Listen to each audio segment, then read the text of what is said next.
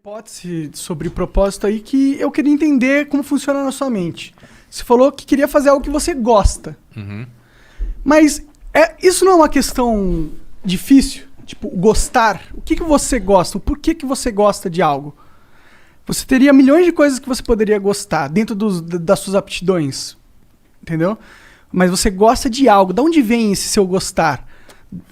Onde vem esse seu sentimento? Onde vem essa ligação com o mundo material que te traz esse sentimento de que é aquilo que eu quero? Entendeu? É uma parada química.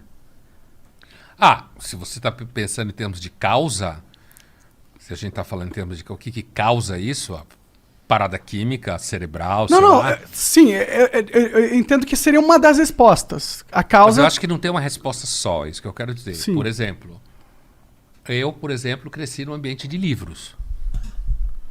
Meu pai era médico também, mas adorava livros. O meu avô também médico, mas também adorava livros. E meu pai falava coisas do tipo, quando duas pessoas civilizadas se encontram, elas perguntam uma para a outra, que livro você está lendo?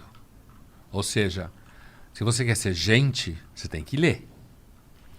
Então isso é uma causa. Por quê? Porque eu fui exposto, digamos, a esse imperativo de conduta, de que você deve gostar de ler e recebia livros de presente e tal.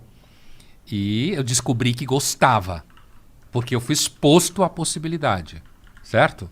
E aí eu descobri que gostava, ao mesmo tempo eu descobri que isso tinha um reforço positivo, como você falou antes, tinha um reforço positivo, porque aí eu lia livros, aí eu tinha ideias e, por exemplo, meu pai me levou para assistir como esse aqui a gente estava falando no começo, eram os Astronautas, quando eu era moleque, o filme primeiro feito em cima do livro, né? Para poder falar dessas coisas. Então tinha uns papo cabeça. Então eu fui descobrindo, no ambiente onde eu crescia, que eu gostava de papo cabeça, digamos assim, né? Aí depois na escola, tive bons professores, uma excelente escola, que dava liberdade de fala, como se fala hoje para os alunos. Então a gente discutia uma porrada de coisa. Então o que eu estou dizendo basicamente é o seguinte, eu tive uma história em que me foi oferecido pelo ambiente familiar e pelo ambiente de escola estímulos que eu descobri que eu gostava. Aí quando chegou na hora de prestar vestibular, certo? Aí você tem que tomar uma decisão, qual é a sua profissão, não sei o quê. Eu fiz um teste vocacional, né? Coisa de psicóloga de escola. E aí no final a psicóloga falou que eu tinha vocação para ciências biológicas e para ciências humanas. Ou seja, para os dois. Para ciências. De fato, era o que eu mais gostava. Eu gostava de matemática, física. Eu gostava de biologia e gostava de ciências humanas.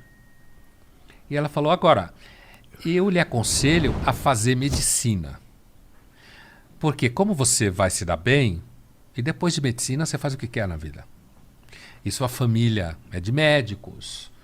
Então você já é uma coisa que está acostumada na família. E se você entrar na faculdade de medicina, você entra em qualquer coisa, você consegue fazer qualquer coisa. E eu segui o que a psicóloga falou.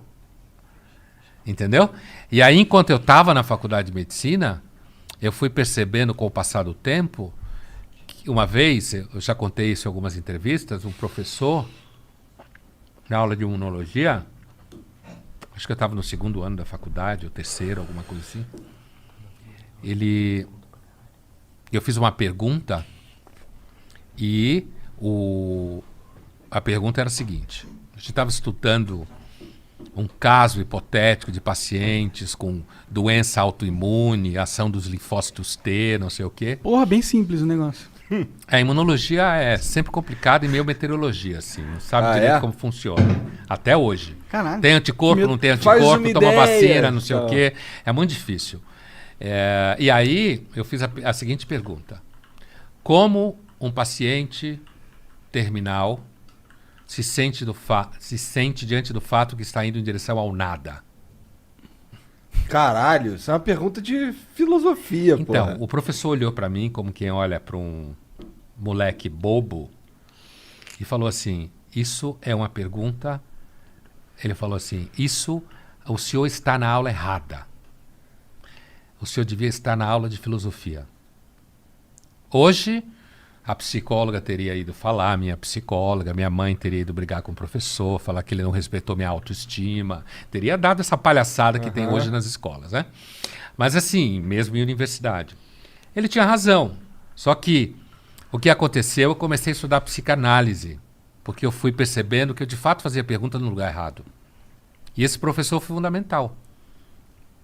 Ele deu uma patada assim, eu recebi algumas patadas de professor na formação que foram muito importantes. Patadas no sentido de resposta direta. Sim.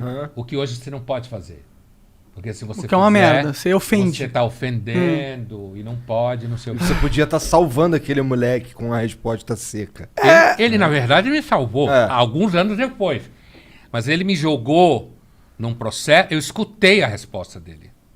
Achei que ele tinha razão de alguma forma, né? E aí eu fui para a psicanálise e a psicanálise me levou para a Que filosofia. foda, isso é muito Foi foda. assim que aconteceu. Tu Sim, falou que mas- faz análise ainda? Ainda. É? Essa eu não tirei férias. Da yoga eu tirei. Faz uma análise do Igor aí. Não, porra, as pessoas analisam ele, não é? Ele... O cara não dorme nunca. Gente. O dia que ele parar na mão de um analista, vai ter que fazer sessão todo dia.